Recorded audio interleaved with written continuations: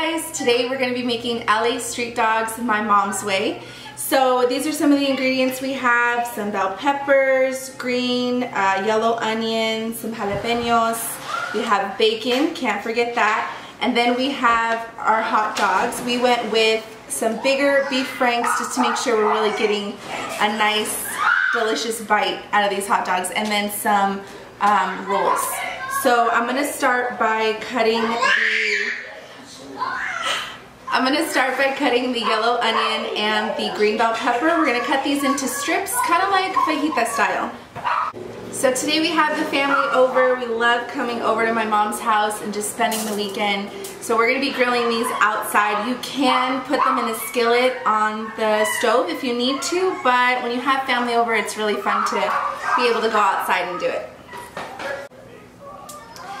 So we're from California. If you guys have ever been, the city of LA is pretty popular out here.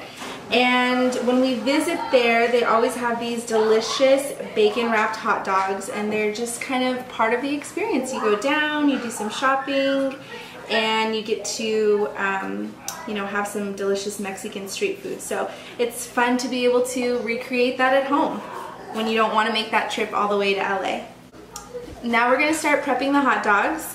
So as I'm taking them out of the package, I want to cut some slits in them because if you just put them on the hot grill, they have a tendency to curl up. And again, we're going for the perfect bite on these.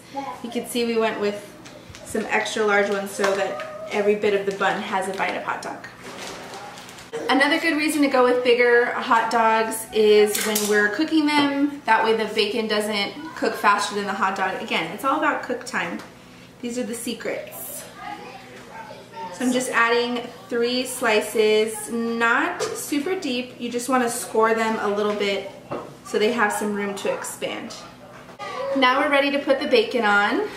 So we're going to use some toothpicks to keep the bacon on. This is Hoffy bacon. It's the same brand as the hot dogs, and it comes with nice long strips so it can make it across the whole hot dog. So you're just going to start at one end, and it should stick pretty easily. You can kind of stretch it a little bit and make it all the way to the other end. And then you just want to get a couple of toothpicks to hold on to the bacon. Don't forget to take these out before you eat them. So this one's ready for the grill. I'm just going to set it aside, finish wrapping the rest, and then we'll be good to go. So you can put as much bacon as you want. I've seen people put a couple slices if you really want to have an extra protein hot dog. But I think one is probably good enough. We're just going to do one for today.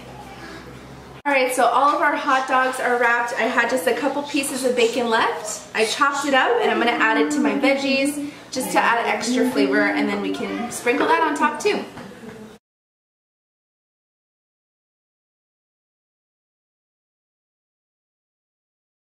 Alright, so we're outside.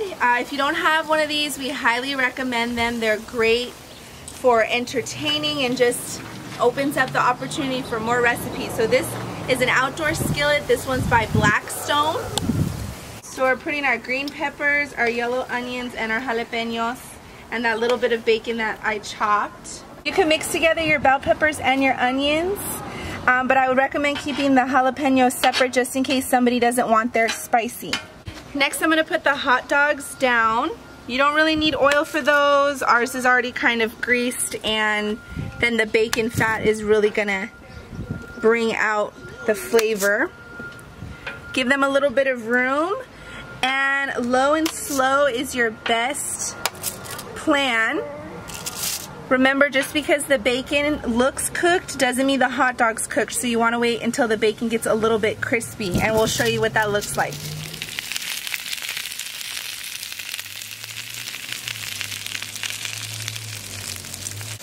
So if you don't have an outdoor skillet, no worries, you can totally do it indoors too. We wanted to show you that if you have a cast iron skillet, you could put them just on your regular stovetop and they're going to be just as tasty.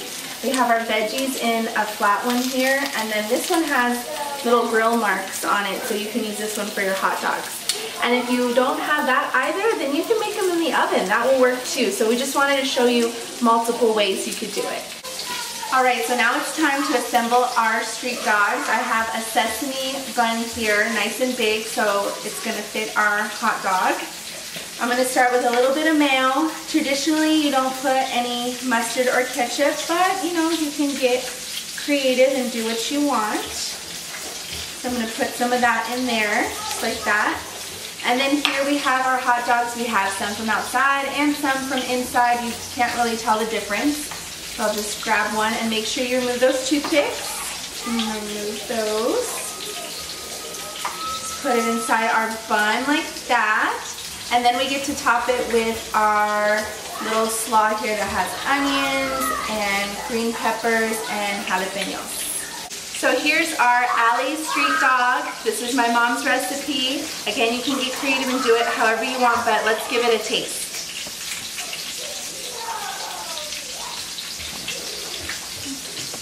So it's very delicious. Again, you can make it however you want. If you want to try red bell peppers, if you don't want to put jalapenos in it, however you want to make it your own.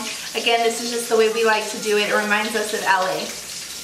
Thank you so much for watching. Hope you guys have a great day.